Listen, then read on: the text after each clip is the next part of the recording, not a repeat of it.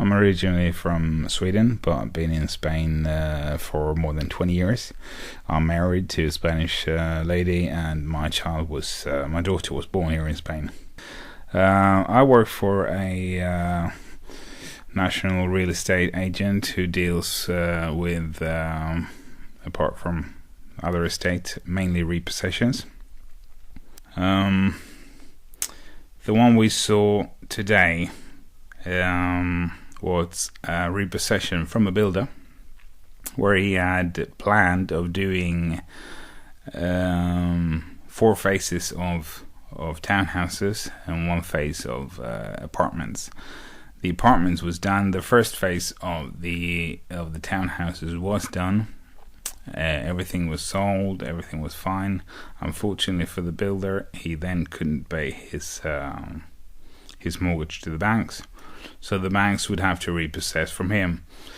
This means that the banks repossessed the townhouses, but they also repossessed the skeleton buildings that we've seen. They repossessed the land that we saw. There was nothing on there.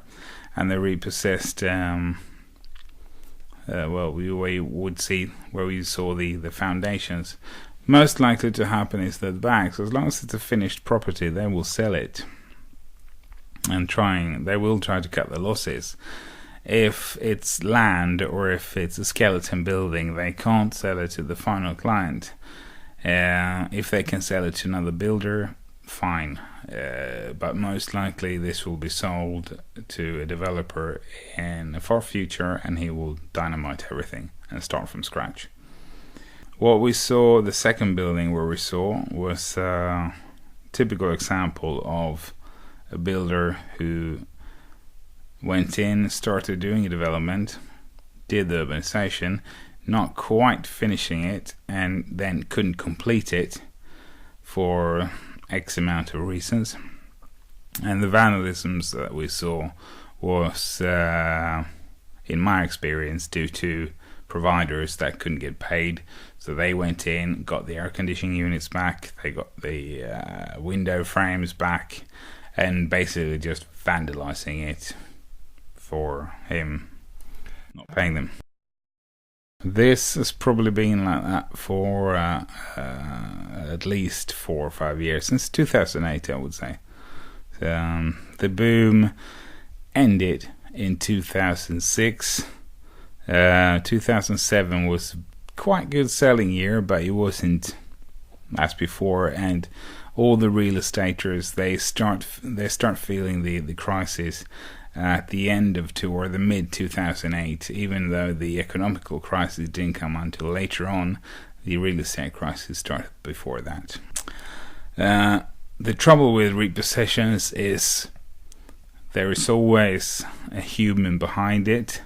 A lot of times today, when we feel or when we see a repo of that and that, a lot of times we don't really see the human implications of it and the tragedy behind it. It's just a number, it's just a price. Well, I remember one time when I had a bank phoning me up and asked me if I could go and evaluate a property that they were going to repossess. So they gave me all the details, the phone numbers, etc. What they didn't tell me was that there were still actually people living in this apartment. So when I got there, I could see a family with 2 small children, 1 baby, and they were standing there. They didn't really know what to do. Then they asked me what will happen to us, and that gets to you. It's